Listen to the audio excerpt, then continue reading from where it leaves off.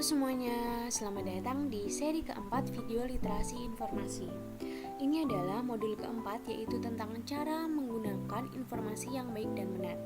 Video ini lanjutan dari modul 1, 2, dan 3. Jadi, pastiin kalian harus simak video sebelumnya terlebih dahulu sebelum ke video ini ya teman-teman. Melalui video ini, kalian akan belajar mengenai penggunaan informasi untuk memenuhi kebutuhan informasi kalian dengan baik dan benar. Langsung saja kita masuk ke pembahasannya. Jadi teman-teman, cara penggunaan informasi yang baik dan benar lebih spesifiknya terkait pada plagiarisme.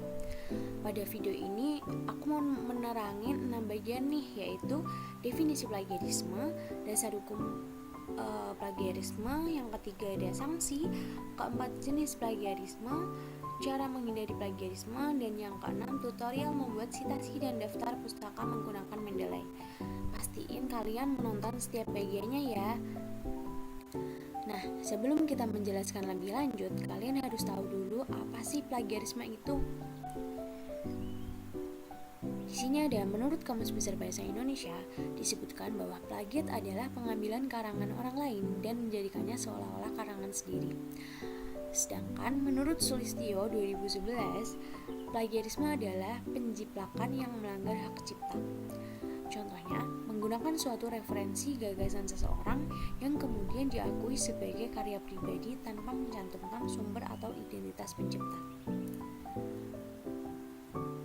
Kemudian ada dasar hukum plagiarisme. Ternyata di perguruan tinggi memiliki peraturan terkait plagiarisme loh. Untuk Undip sendiri, dasar hukum plagiarisme yaitu termuat pada pasal 51 ayat 3 huruf B Peraturan Rektor 4 tahun 2020 tentang peraturan akademik bidang pendidikan program sarjana Undip. Nah, ini kalian bisa lihat di website mengenai pasal ini.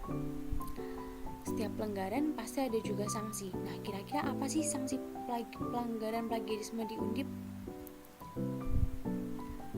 Berdasarkan Peraturan Rektor Undip nomor 1 tahun 2021 tentang sanksi akademik pasal 2 ayat 5 huruf A, dinyatakan bahwa plagiat merupakan salah satu pelanggaran akademik berat. Yang kedua, pasal 3 ayat 5 dinyatakan bahwa sanksi akademik berat berupa pemecatan atau dikeluarkan serta dicabut status kemahasiswaannya secara permanen. Yang ketiga, pasal 3 ayat 6 dinyatakan bahwa sanksi akademik untuk alumni yang terbukti melakukan pelanggaran akademik berat selama menempuh studi di Undip berupa 1. Pencabutan ijazah, transkrip, dan SKPI. Yang kedua, kehilangan haknya untuk melanjutkan studi di Undip.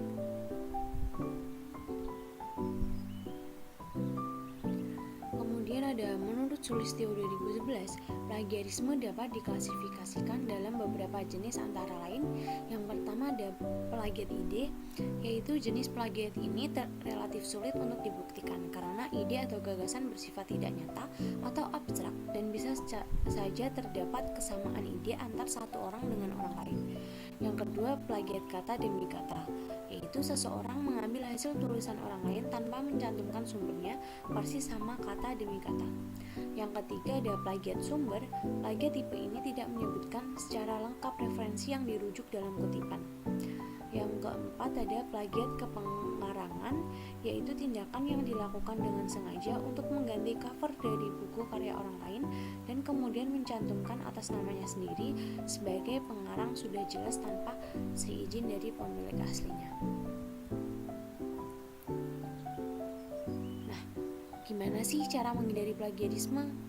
Yang pertama itu ada melakukan parafrase, kegiatan mengungkapkan ulang suatu teks atau kalimat dengan menggunakan kata-kata yang berbeda namun tetap mempertahankan makna yang sama. Yang kedua ada menuliskan sumber dalam citasi kalimat dan daftar pustaka.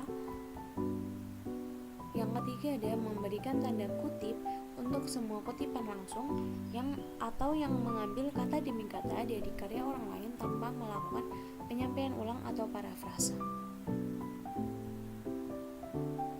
Kemudian kita akan masuk ke tutorial membuat citasi dan daftar pustaka melalui Mendeley.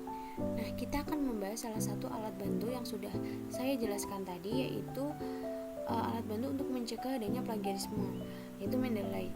Mendeley yaitu suatu suatu platform yang biasanya digunakan untuk mengatur metadata karya ilmiah. Nantinya kita akan menggunakan Mendeley ini untuk referensi, membuat citasi, dan daftar pustaka. Untuk mengetahui lebih lanjut, yuk simak penjelasan tutorial berikut ini. Tutorial yang akan saya lakukan yaitu membuat citasi dan daftar pustaka menggunakan Mendeley. Pertama, pastikan kalian sudah mendownload Mendeley, sudah membuat akun, dan sudah menautkan Mendeley ke Microsoft Word. Kemudian, setelah login, tampilan awal Mendeley akan seperti pada layar seperti ini ya. Kemudian pada bagian kiri ini terdapat banyak sekali menu. Kita bisa create folder karena akan membuat folder baru. Saya akan contohkan dengan literasi informasi.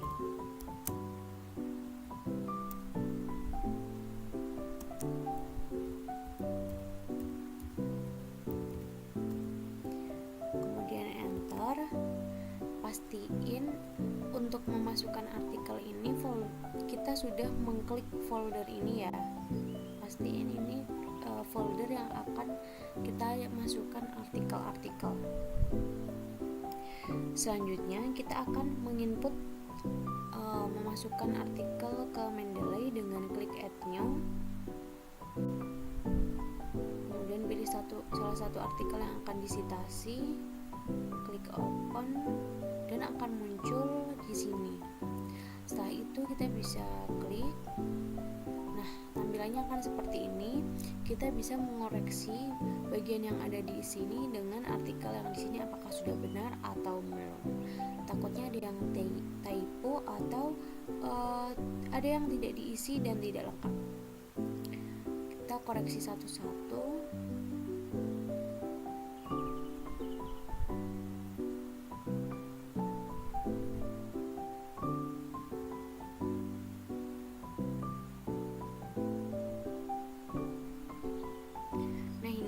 Outer keywordnya kita pakai yang ini saja.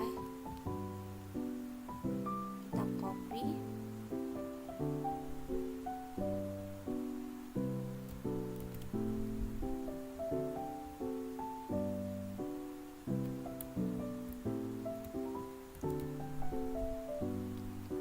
Nah ini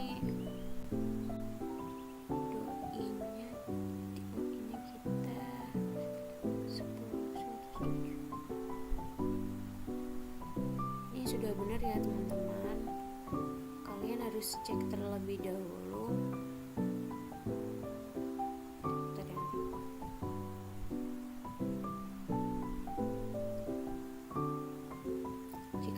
Jika menurut kalian sudah benar, sudah dikoreksi, maka kita bisa ke Microsoft Word untuk membuat citasi.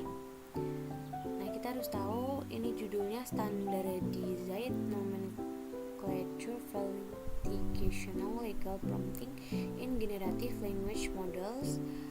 Pengarangnya ada ini karena kita akan memasukkan salah satu yaitu judul atau pengarang untuk memanggil si artikel ini dari Microsoft Word.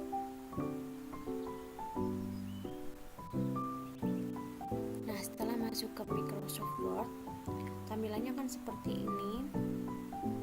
Kemudian kita klik reference. Nah, ini terdapat seperti akun Mendeley karena kita sudah menautkan Mendeley ini ke Microsoft Word. Pastiin punya kalian juga sudah seperti ini ya teman-teman. Yang pertama kita akan membuat citasi terlebih dahulu, citasi yang artikel tadi dengan insert. Tadi kita masukin judul atau pengarangnya. Kita akan masukin judulnya yaitu tadi Standardized. Ini ya, Standardized Nomenclature Validational Legal Prompting in Generative Language. Kita klik OK. Nah, ini sudah keluar citasi yang akan kita gunakan. Ini citasinya ya teman-teman.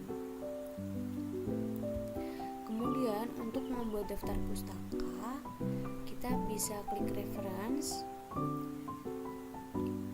insert bibliografi. Ini langsung muncul daftar pustaka dari artikel yang saya masukkan tadi. Standardized Nomenclature for Educational Legal Prompting in Generative Language Model Discover Artificial Intelligence. Nah, ini cara membuat citasi dan daftar pustaka.